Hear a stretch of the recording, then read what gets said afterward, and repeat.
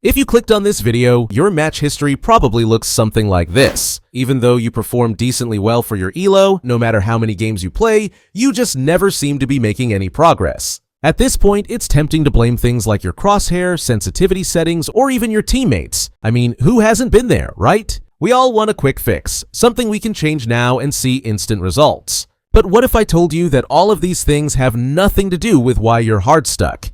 The truth of the matter is that most players have it completely backwards. Rather than try to learn and improve as a player, too many people get caught up in looking for quick fixes, hoping that one of them will be the solution to their problems. If you came here looking for another generic guide on how to improve your aim and movement, this video is not for you. What I'm going to be sharing in this video is a proven system that will help you climb up the ranks through consistent progress.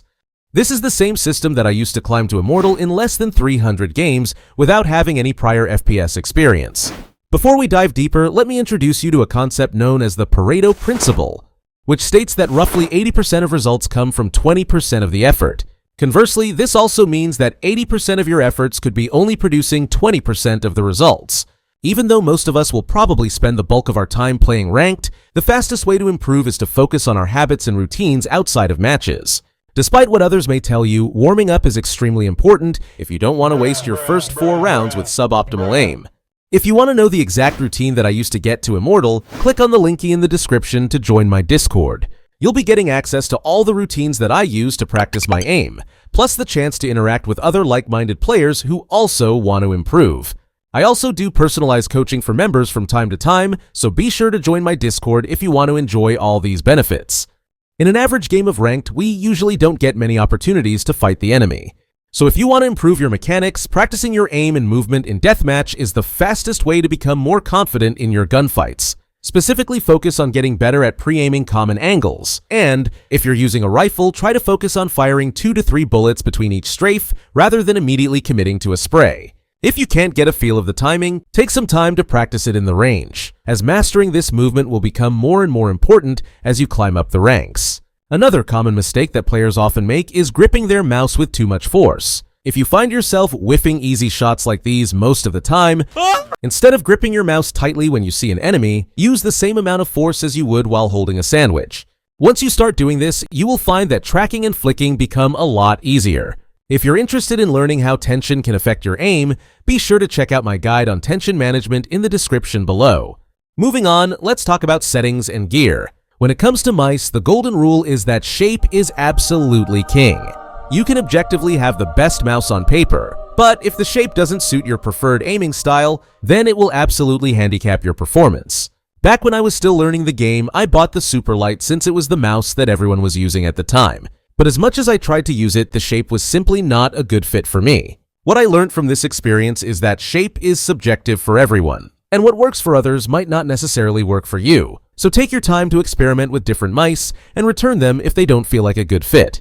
As for your sensitivity, here's how you can get a rough idea of what your perfect sensitivity is in less than 60 seconds. You're going to want to fire up the range, buy a rifle, click on practice mode, and just try to keep your crosshair on the bot while moving in arbitrary directions. The goal is to adjust your sensitivity to the point where it doesn't feel like you're straining to track the target. Try this at different ranges with different weapons as well as with Neon's and Jet's ultimates. This should give you a baseline for what your ideal sensitivity might be. As for your monitor, 144 Hz is all you need, and anything higher than that is going to be a luxury. If you weren't a good player before, then buying a new monitor will not magically make you a better player.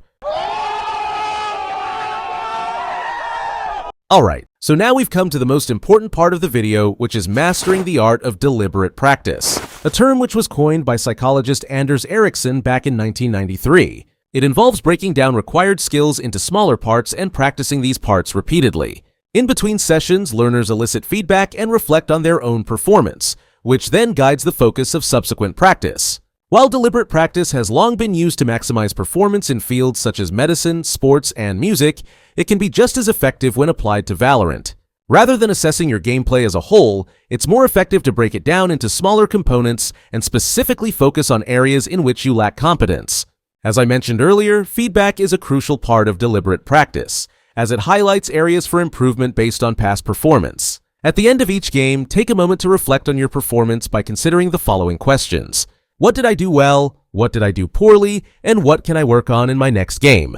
For instance, maybe the timing of our utility was good, but our crosshair placement was a little off. In that case, maybe it's time to hop on a custom and practice pre-aiming common angles. Either way, if you truly want to grow as a player, you have to stop blaming external factors and start being accountable for your own performance. If you truly think that there's nothing more you could have done in a specific scenario, then that's where you're probably wrong. Even if you're among the top 1% of players, there will always be even the tiniest of things that you could have done better. Once you're willing to set your ego aside, I promise that you will improve faster than anyone else learning the game. The sooner you break out of this toxic mentality, the sooner you'll start seeing tangible results. Now, something that a lot of players tend to struggle with is being consistent. They pop off in one game and then find that they can't catch a break in the next. And while there are a myriad of factors to explain this phenomenon, true consistency is recognizing that you're not always going to be playing at your best, but still putting in the reps every day to learn and improve as a player. That being said, paying attention to your sleep and nutrition can help you offset some of that inconsistency. Sufficient sleep, staying hydrated, and consuming omega-3 rich foods have all been positively linked to improved cognitive functions, including attention, memory, and reaction time, which will help you to stay mentally focused and reduce the chances of you playing on autopilot. Speaking of which, let's talk about playing with intention. It's important to have a thought process behind every action that you take. For instance, consider peeking defender spawn on Haven as an attacker. While there's nothing inherently wrong with the play in itself, this could either be a really good play or a bad one, depending on the context of the round. Imagine it's a 4 versus 3 in favor of the attackers. By taking this very unnecessary peek and subsequently losing the fight, you would be putting the rest of your team in a bad position, potentially turning a winning round into a losing one. As the opponents defuse the spike, you start to realize that this peek of yours has come at a very hefty cost. This whole situation could have been avoided by simply playing the numbers advantage on site. This is just an example of why intentional decision-making can lead to dramatically different results. Something that all Immortal and Radiant players have in common is that they always have a reasoning behind every decision that they make. If you can't provide a justification for your decision in less than 20 seconds, then it was probably a bad play to begin with. Simply taking a step back to think about whether you're making the most optimal play will go a long way in making you a better player. Last but not least, aim to improve rather than to rank up. Everything I've talked about up till this point has been on how to improve as a player. And that's because as you continue to learn and improve, ranking up will be a natural part of that process.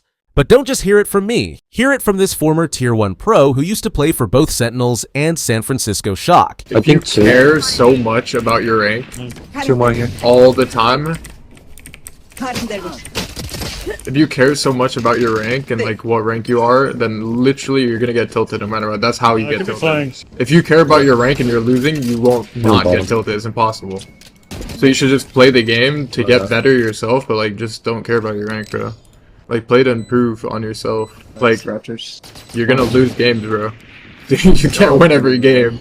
Your teammates are gonna be ass sometimes, bro. It's just impossible to do anything about it. The worst thing you can do is get tilted.